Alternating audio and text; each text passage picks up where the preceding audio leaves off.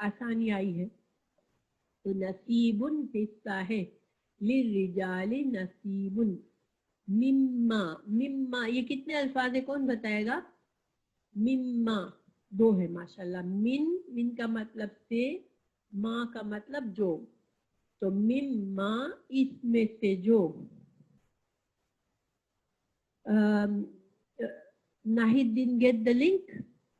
Okay میں انشاءاللہ اس کو بھیج دیتی ہوں. آپ لوگ مجھے 1 منٹ دیں, میں ناہید کو لنک بھیج دوں انشاءاللہ.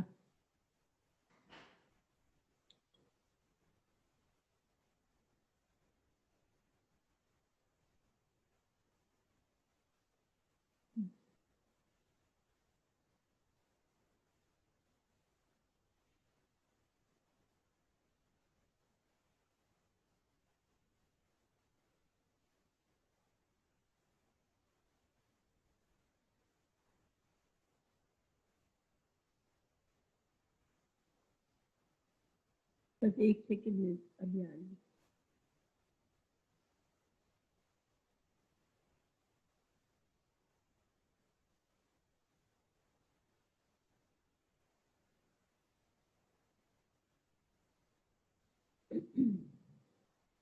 اوکے میں نے ناہید کو لنک بھیج دی ہے انشاءاللہ, اللہ نے چاہا تو اب وہ آ سکیں گی. تو اوکے, تو من ما اس میں سے جو, من سے ما جو, ترکا, ترکا مطلب ہوتا ہے چھوڑ دیا. دیکھیں ہم اردو میں کہتے ہیں میں نے یہ کام کو, اس کام کو ترک کر دیا ہے نا, ہم کہتے ہیں نا میں نے اس کام کو ترک کر دیا. کیا مطلب ہوتا ہے؟ اس کے چھوڑ دیا ہم نے اس کام کو. تو ترکا جو مرنے والا اپنا مال چھوڑ کے چلا جاتا ہے دنیا سے, تو اس کو ترکا کہتے ہیں. تو مما ترکل والدانی, والدانی, یہ والدانی کیا ہے؟ واحد جمع ہے, کیا ہے؟ والدانی جمع ہے. ہاں ہاں ماشاءاللہ, یہ تسمیہ ہے والدانی. اور ایک منٹ, والدان اصل میں یہ والدینی ہونا چاہیے یا والدانی, الف نون ہے تو والدین, ہاں ماں اور باپ, ٹھیک ہے, تسمیہ ہے. یہ الف تسمیہ کا یہاں نظر آ رہا ہے ہمیں. والدانی تو جو چھوڑ جائے, والدین, والاقربون, کبھی کبھی قریب ترین جو رشتہ دار ہوتے ہیں جیسے بھائی ہے, چچا ہے, ان کا بھی ورثہ ملتا ہے, دادا کا ورثہ ملتا ہے. اس وجہ سے تو والدین کچھ چھوڑ جائے یا اقربون جو قریب ترین رشتہ دار ہیں وہ چھوڑ جائے تو اس میں مردوں کا حصہ ہے. ٹھیک ہے, اس آیت کا اتنا مطلب ہے کہ ماں باپ اور جو قریب کے رشتہ دار جو چھوڑ جاتے ہیں ترکا, اس میں مردوں کا حصہ ہے. وَلِلنِّسَاءِ اور عورتوں کے لیے, نصیب ایک حصہ ہے, مما اس میں سے جو, ترکل والدانی جو چھوڑا والدین نے, والاقربون اور قرابت داروں نے. ٹھیک ہے, تو اللہ تعالیٰ نے عورتوں کا الگ ذکر کیا, مردوں کا الگ ذکر کیا, کہ مردوں کے لیے بھی حصہ ہے اور عورتوں کے لیے بھی حصہ ہے. وعلیکم السلام ورحمۃ اللہ وبرکاتہ. تو کیا مطلب ہوا کہ چونکہ مردوں کا, ہم سب کو جانتے ہیں کہ جنرلی مردوں کا حصہ دگنا ہوتا ہے عورتوں سے, اس لیے چونکہ دونوں کا مخصوص حصہ ہے اس وجہ سے اللہ تعالیٰ نے الگ الگ ذکر کیا ہے. مما اس میں سے جو. اب اللہ, اللہ جو ہے وہ قلیل کی جمع ہے. قلیل کا کیا مطلب ہوتا ہے؟ ہم سب کو آتا ہے نا قلیل. قلیل کیا ہوتا ہے؟ بہت ہی قلیل مقدار ہے, تھوڑا سا. ہاں, تو یعنی کہ اگر مرنے والے کا مال بہت تھوڑا سا بھی ہو, او کسر, کسر کثیر کی جمع ہے. ٹھیک ہے, قلیل کی جمع قلہ اور کثیر کی جمع کسر. تو یعنی کہ بہت زیادہ مال بھی ہو یا تھوڑا سا مال ہو, لیکن مرنے والے کا جو بھی مال ہوگا اس میں سے اس کے جو رشتہ دار اس کے وارث بن رہے ہیں اس میں سے مردوں کا بھی حصہ ہے اور عورتوں کا بھی حصہ ہے. نصیباً حصہ, مفروضہ فرض شدہ, مقرر شدہ, مفروضہ فرض سے ہے, فرض ہم نے کوئی چیز فرض عبادات بھی کیوں فرض کہتے ہیں ہم اس کو کہ اللہ تعالیٰ نے مقرر کی ہوئی ہے یہ عبادات ہمارے لیے کہ تم کو 5 نمازیں پڑھنی ہے، تو یہ فرض ہے کیوں اللہ نے مقرر کیے ہمارے لیے 5. تو مفروضات تو یہ فرض شدہ، یہ اللہ تعالیٰ نے یہ فرض کر دیا، یہ حصہ اللہ تعالیٰ نے خود مقرر کر دیا. تو اس کا رننگ ٹرانسلیشن اس آیت کا ہم دیکھ لیتے ہیں کہ ماں باپ اور جو رشتے دار ترکے میں سے چھوڑے اس کا مردوں کا حصہ بھی ہے اور عورتوں کا بھی حصہ ہے. تو جو مال ماں باپ اور خوش اقارب چھوڑے خواہ وہ مال کم ہو یا زیادہ اس میں حصہ مقرر کیا ہوا ہے. تو اس آیت میں کیا باتیں ہم نے سیکھی؟ دیکھیے جیسے کہ میں نے پہلے بتایا کہ اسلام میں اسلام سے پہلے اسلام جو ہے وہ مذہب ہے جس نے عورتوں اور کمزور چھوٹے بچوں کا حق دلایا، ورنہ وہ سارا مال لے کر چلے جاتے تھے، جو بھی مضبوط جو بھی طاقتور ہوتا تھا وہ سارا مال لے لیتا تھا. تو اللہ سبحانہ تعالیٰ نے اس ظلم کو ختم کیا اور اللہ تعالیٰ نے فرمایا کہ نہیں، چاہے مرد ہو چاہے عورت ہو چاہے چھوٹا بچہ ہو چاہے چھوٹی بچی ہو، یہ رجال اور نساء میں ایج عمر کی قید نہیں ہے کہ اب یہ بڑے ہو جائے جب تک نہیں. اگر کوئی مذکر ہے یا کوئی مؤنث ہے، کوئی چھوٹا لڑکا ہے یا چھوٹی لڑکی ہے، یہاں تک کہ آپ کو پتا ہے کہ جب ماں کے پیٹ میں بچہ ہوتا ہے نا اور شوہر مر جاتا ہے، سپوز یا دادا مر جاتا ہے اور شوہر نہیں ہے، اس کا باپ نہیں ہے، دادا مر جاتا ہے یا بڑا بھائی مر جاتا، یعنی کہ کوئی بھی ایسا رشتے دار اس وقت مرتا ہے جس کا قانوناً اس بچے سے ایسا تعلق ہے کہ وہ وارث بنے گا وہ بچہ، تو اس کا انتظار کیا جاتا ہے. جب ماں کو ڈلیوری ہوتی ہے اور اگر وہ بچہ پیدا ہو کر رویا، ٹھیک ہے، کیونکہ رونا بچے کا پیدائش کے وقت رونا اس کی زندگی کی نشانی ہوتی ہے. بچہ رویا اس وقت، پھر چاہے 1 منٹ کے بعد بچہ مر گیا، ٹھیک ہے، لیکن چونکہ وہ بچہ زندہ پیدا ہوا تھا اس لیے وہ وارث بنے گا. پھر ظاہری بات ہے کہ اگر جو وارث بن کے فوراً مر جاتا ہے تو پھر اس کا ترکہ پھر اس کے لحاظ سے تقسیم ہوتا ہے، لیکن جو بچہ مردہ پیدا ہوا ماں کے پیٹ میں ہی مر گیا پھر وہ وارث نہیں بنتا. تو اب اگر ایسے حالات میں کہ کوئی عورت پریگننٹ ہوتی ہے، اس کا کوئی ایسا رشتہ دار جس کی اولاد اس کی وارث بن سکتی ہے، تو پھر وہ بھی وارث ہوگا اگر وہ زندہ پیدا ہوا اور پھر چاہے مر بھی گیا، ٹھیک ہے. تو بہرحال یہ اللہ سبحانہ تعالیٰ نے اس ظلم کو ختم کیا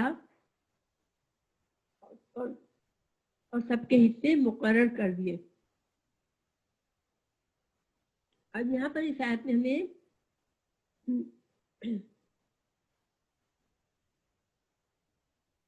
اللہ تعالیٰ نے ہمیں دیکھیں یہ جب جو بھی کوئی چیز اسلام میں فرض کہہ دی جاتی ہے تو اس کا کیا مطلب ہوتا ہے کہ یہ کام فرض ہے، اللہ نے فرض کیا ہے. کیا اس میں بھی انسان کے پاس چوائس ہوتی ہے کہ میں چاہوں تو کروں، میرا مال ہے میں جیسے چاہوں کروں؟ نہیں، پھر اس میں کوئی چوائس نہیں رہتی. فرض کو اگر نہ پورا کرنے والا جان بوجھ کے فرائض کو نہ پورا کرے تو وہ جہنم میں جا سکتا ہے. اللہ سبحانہ تعالیٰ رحیم ہے، کریم ہے، لیکن جو جان بوجھ کر اللہ کے فرائض کی پابندی نہیں کرتا وہ بہت بڑا رسک لیتا ہے. تو اب دوسری بات یہاں پر یہ ہے کہ مردوں کا حصہ عورت سے دگنا ہے، تو بعض لوگوں کو یہ بات کھلتی ہے کہ اسلام میں انصاف نہیں ہے. دیکھیں یہاں پر ہم رہتے ہیں نا، تو بہت سے ایون مسلمان بھی جن کو دین کا علم نہیں ہوتا وہ اس بات پر بڑا ناخوش ہوتے ہیں کہ عورتوں کا حصہ کیوں آدھا ہے جبکہ مردوں کا اس سے دگنا ہے. تو دیکھیں مردوں پر اسلام نے اللہ سبحانہ تعالیٰ نے ذمہ داری ڈالی ہے. جب مرد ایک تو شادی کے وقت مرد کو مہر دینا پڑتا ہے عورت کو، ٹھیک ہے، مہر کے بغیر شادی نہیں ہے. دوسرے مرد پر واجب ہے کہ وہ اپنی بیوی اور بچوں کا خرچ اٹھائے، اور اگر والدین اس حالت میں ہے کہ وہ اپنا نہیں کر سکتے تب بھی مرد کو ان کا بھی خیال رکھنا ہے. تو مرد پر مالی ذمہ داریاں بہت زیادہ ہے، جبکہ عورت کو اللہ تعالیٰ نے کسی طرح سے بھی مالی ذمہ داری کا پابند نہیں کیا ہے. تو یہ اللہ تعالیٰ کا انصاف ہے اصل میں کہ عورت کا حصہ آدھا رکھا ہے. اور مرد کا ڈبل رکھا ہے. اب یہ ہے کہ انڈیویجول حالات کبھی کبھی ایسے ہوتے ہیں کہ عورت کہے کہ بھئی میں تو اپنے خاندان کا زیادہ خیال کر رہی ہوں مرد کی نسبت, تو ایسا ہو سکتا ہے, لیکن اللہ تعالیٰ کے قوانین تو عام ہے نا, تمام لوگوں کے لیے ہے, اور انہی میں اللہ تعالیٰ کی حکمت اسی میں ہے. بعض اوقات انسان کے حالات کچھ ایسے ہوتے ہیں کہ اللہ تعالیٰ کا قانون اس پر لاگو ہوتا ہے, تو لگتا ہے کہ یہ تو اس کے ساتھ زیادتی ہو گئی, لیکن جو انسان اللہ پر بھروسہ کرتا ہے تو اس کے لیے اللہ تعالیٰ ہمیشہ اچھائی کر دیتے ہیں. ہماری اچھائی ہمیشہ, ہماری بھلائی اللہ کے احکامات کو ماننے میں ہے. تو اب اگلی آیت پر چلتے ہیں ہم.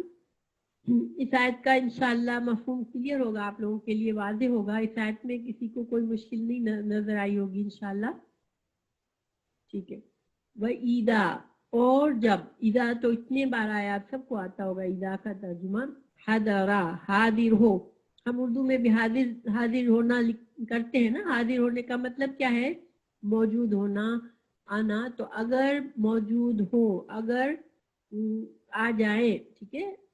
القسمتا, قسمت, قسم, قسم کا مطلب توڑنا, قسمتا ہم تقسیم, اس چیز کو تقسیم کرنا, ہم اردو میں کہتے ہیں نا تقسیم کرنا.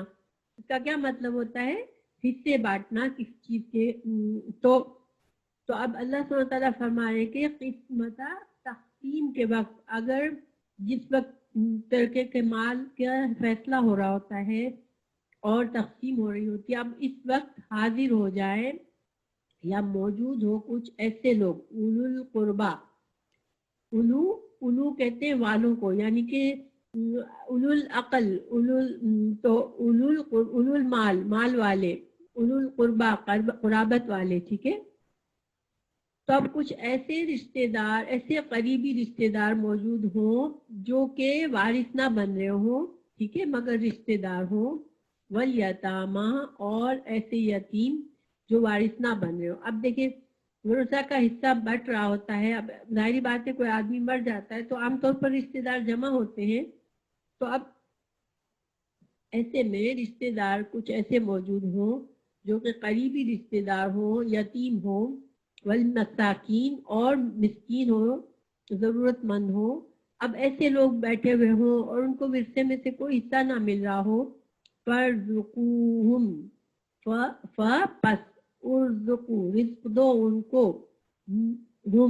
ان کو بھی کچھ دو, ٹھیک ہے. منہو, اس میں سے. لاسٹ آیت ہم نے, آپ لوگوں کو کسی کو یاد ہوگا, اللہ تعالیٰ نے فرمایا تھا کہ یتیموں کو آزماؤ اور ان کا مال ان کو بے وقوفوں کی حالت میں ان کو مت دو, مگر ان کو اس میں سے رزق دو. تو اس وہاں پر اللہ تعالیٰ نے فرمایا تھا وَارْزُقُوهُمْ فِيهِ, فی کا لفظ استعمال کیا تھا, ٹھیک ہے, فِيهِ. اور ابھی فرمایا منہو. میں نے جب یہ لفظ, ہم نے یہ آیت پڑھی تھی تو اس میں نے آپ لوگوں کو سمجھایا تھا کہ جب مال میں سے دو تو وَارْزُقُوا فِيهِمْ ہو تو اس کا مطلب ہے بہت فراخ دلی سے دو, ٹھیک ہے. فی کا لفظ جب آئے, وَارْزُقُوهُمْ فِيهِ ہوتا اگر, تو مطلب ہوتا کہ اس مال میں سے تم فراخ دلی سے ان کو, ان یتیموں کو دو.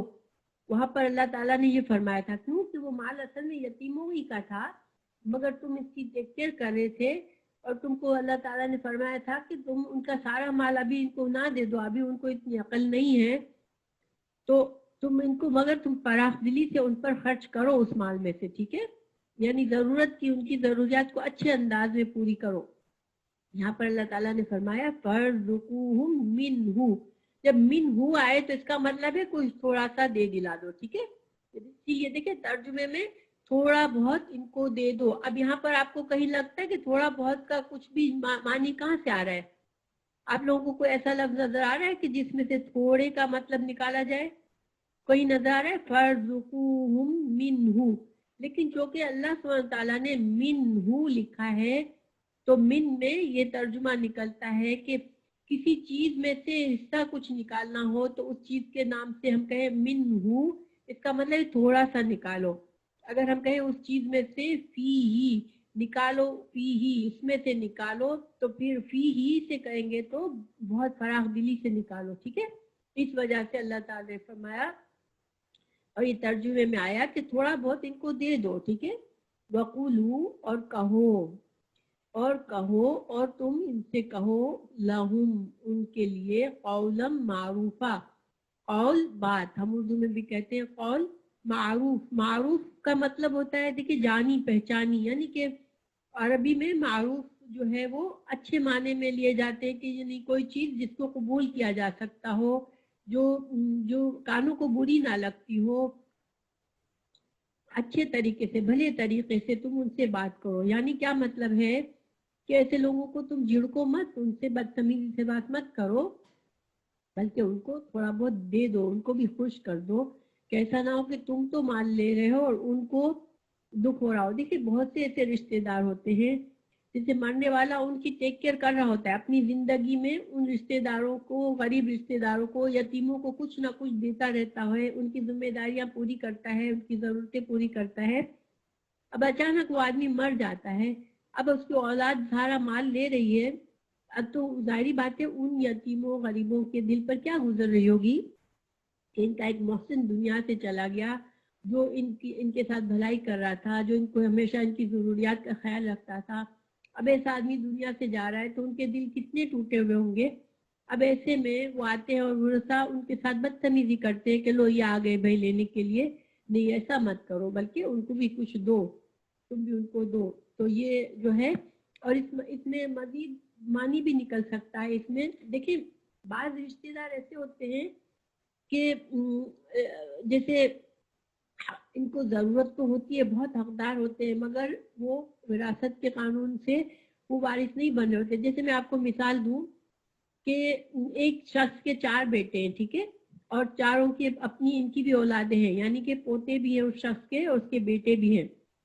اب ان بیٹوں میں سے ایک بیٹا ان کا فوت ہو جاتا ہے، اور جس کے بچے بھی ہیں چھوٹے، ابھی بہت چھوٹے بچے ہیں، دادا زندہ ہے مگر باپ مر گیا ہے.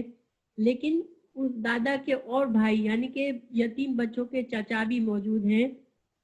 اگر اب وہ دادا جو ہے اپنے یتیم پوتے پوتی کا خیال رکھے گا یا نہیں رکھے گا؟ وہ تو ظاہری باتیں رکھے گا نا اپنے پوتے پوتی، اس لیے کہ اس کا بیٹا مر گیا تو وہ خیال رکھ رہا ہوگا. اب دیکھیے وراثت کے قانون میں جب تک بھائی جیسے اب دادا مرا تو دادا کے اپنے بیٹے جب تک زندہ ہوتے ہیں تو اس کے پوتے کو کچھ نہیں ملتا.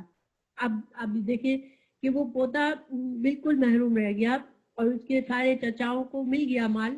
اب وہ تو یتیم تو تھا پہلے ہی سے، ضرورت مند تھا، اس کا دادا اس کا خیال رکھا تھا. اب اس کا خیال رکھنے والا دادا چلا گیا، مال سارا چچاؤں کو مل گیا.